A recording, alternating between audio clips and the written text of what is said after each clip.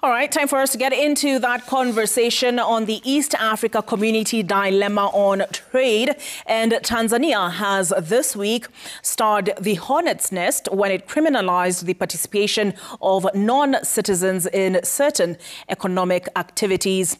These include wholesale and retail sale of goods, mobile money transfers, cleaning services, salon business, parcel delivery, operation of curio shops, small-scale mining, establishment and operation of radio or television operations, tour guiding, clearing and forwarding, on-farm crop purchasing, ownership and operation of micro and small industries.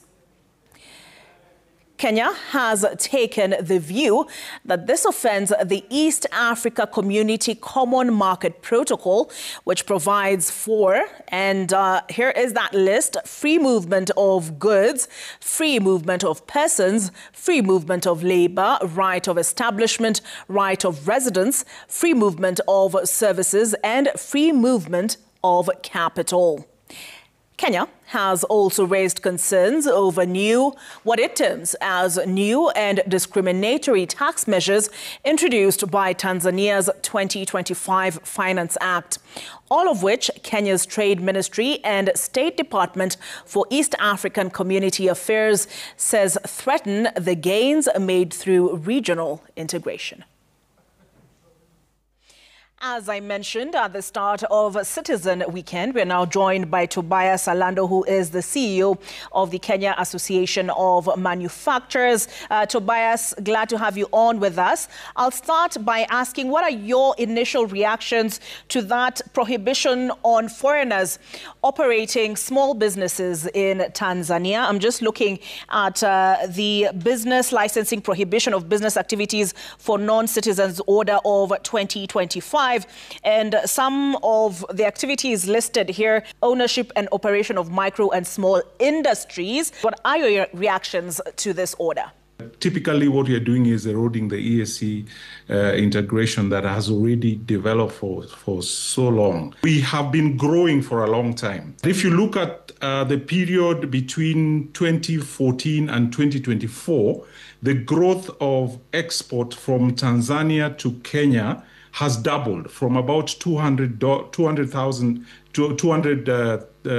million to around $400 million. And the growth of export from Kenya to Tanzania has only grown by around $33 million. So you already see we are, with these regulations or restrictions, we are going to erode the EAC integration. So there is a balance of trade, in your opinion, more or less? There is a balance of trade, but if you look at the period that we have been trading for the last 10 years, actually Tanzania has benefited more. So I'm just looking at a statement that was released by the Ministry of Investments, Trade and Industry, and that is the Cabinet Secretary therein, Lee Kinyanjui. And some of what he says is what you've said. Tanzania ranks as Kenya's second largest EAC trading partner after Uganda, with intra-community transfers of 63 billion shillings in 2024. But he goes on to raise concern not just about this order, but also about, he says, of concern is the recent Tanzania Finance Act of 2025 and the amended Tanzania Excise Management and Tariff Act of 2019, which have introduced excise duties and the Industrial Development Levy at 10 and 15% respectively. How has this impacted your members? So we have a couple of members who have been exporting to Tanzania, particularly meat products, confectionery products, and milk, steel products that have been exported to Tanzania. But since the introduction of the Industrial Development Levy by Tanzania and the excess duty, it has become expensive to export to this region, and that making it not financially or economic possible for our goods to go to Tanzania. We just realized when we do this, what happened is that the third parties will benefit. People who can get export these products into Tanzania from other regions, for example, Asia, India, Turkey, China, would benefit, and we will lose in terms of the integration. And industries who are largely now creating employment, typically in the region, will lose. Because the danger is, if we also do what we call a retaliatory prohibition, then we will not be doing justice to our people in the East African community. The important thing is just the countries to have a conversation through the EAC to kind of try and address this situation. It's not good for business in the region. How have the licensing provisions been prior to now, given the Common Market Protocol that was effected in 2010 or came into force in 2010? How has it been for manufacturers in Kenya exporting their products across the border? So we have been exporting our goods within the EAC regulations, following up the regulations, which is very clear. The goods exported either from Kenya to Tanzania or to Uganda are not considered as exports or imports. They are considered as transfers. So anything that is not considered as import or an export should not be subjected to a duty. It is a transfer from one country to another within the customs union. Anything that is outside the customs union, that is what needs to be charged a duty. When a country imposes additional duties to counterparts within the customs union, it goes against Article 10 and Article 15 of the Customs Union, which means we need to have this conversation at the EAC Secretariat so that the issues inhibiting trade within EAC can be resolved through the laid down mechanism. And that is what we are doing. We have submitted our concern as a country that the rules that Tanzania has applied are going against the EAC protocol. And at the same time, Tanzania also can raise objections or concern in terms of any discriminatory taxes that Kenya or Uganda introduces. So there has been lobbying behind the scenes of the EAC Secretariat and I assume Kenyan authorities? Yes, there has been lobbying. There are already meetings that were done. And through the meetings, the EAC Secretariat, all partners were asked to submit the list of the goods which are deemed to be, have discriminatory taxes imposed. And then the EAC will review, I think, by the end, 31st of August. If you look at our export to the region is about 30%. 30% of the Kenyan export goes to the region. And large part of that goes to Uganda, and the second country that we transfer our goods to is Tanzania. So losing those key markets, which constitute 30% of our export, will be detrimental for our economy and as a country. Are you hopeful? I am very hopeful. We've had a lot of, in the past, non-tariff barriers, technical barriers to trade, and we've sorted them out. And I believe that we are going to sort this one out. As you are aware, we are also opening up our markets to the other African countries through the AFCFTA. So there's more reason why the EAC also needs to talk together to be a stronger manufacturing sector as a community rather than as an individual country.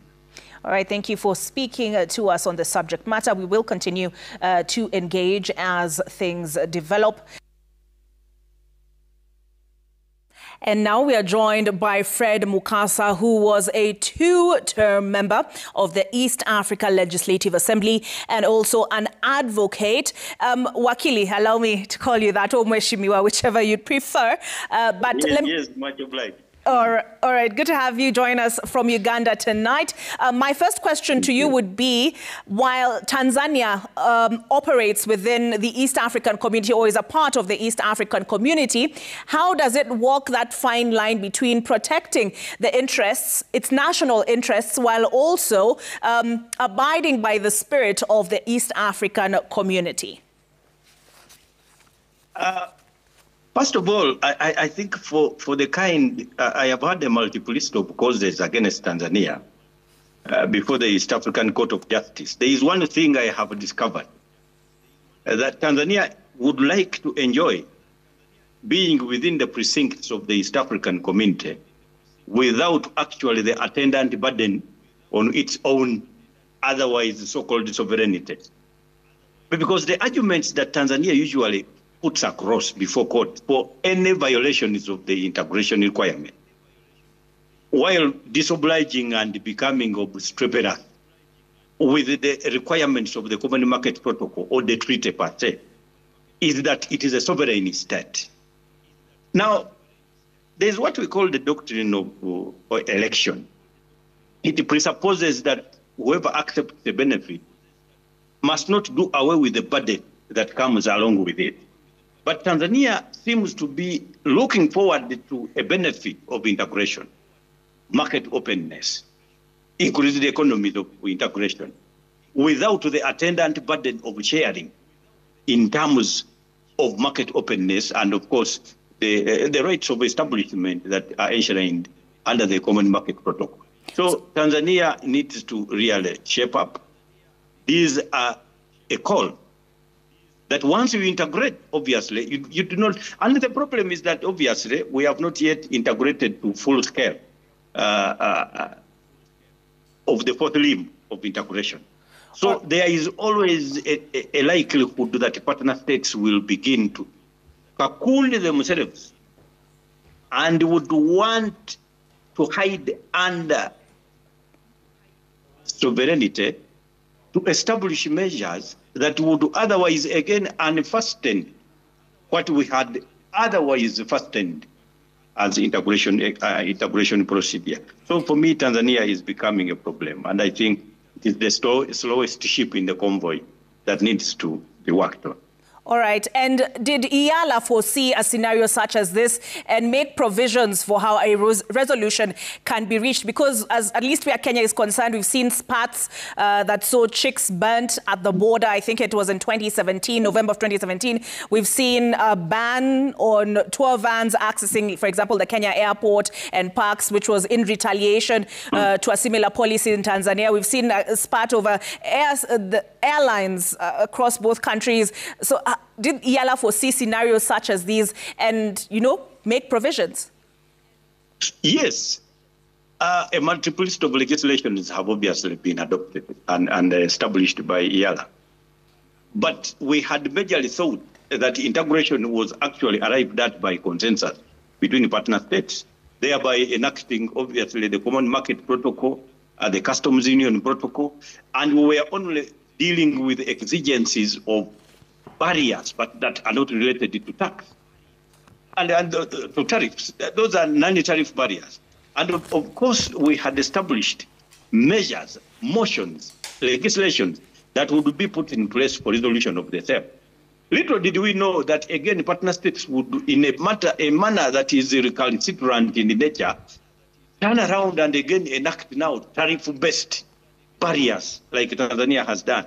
So this is majorly a decision that is supposed to be taken at the high level. The sectoral councils have been advising, and we were expecting that the two meetings in this August would be in a position to align for us a list of interpretations, a list of tariffs, so that partner states would now be gearing towards the fourth limb of integration, which is a political federation. Now, what Tanzania is doing is within the purview of the summit of president to determine, because it looks like anti-integration in nature. And of course, when you look at the African free continental trade area, we thought that we were now going African, but when you look at what Tanzania is doing, I think they are now beginning to retreat their own country which is something that needs to be addressed. It's almost now a requirement of address by the Summit of the Heads of State under, of course, Article 5 of the treaty, other than proceeding within the other attendant legislations that we have so far passed. All right. Thank you for sharing your insights with us tonight, Wakili, and I hope to engage you moving forward. This recurrent issues that come up and, of course, necessitate conversation. Fred Mukasa, former EALA member for 2 terms, and who is also an advocate.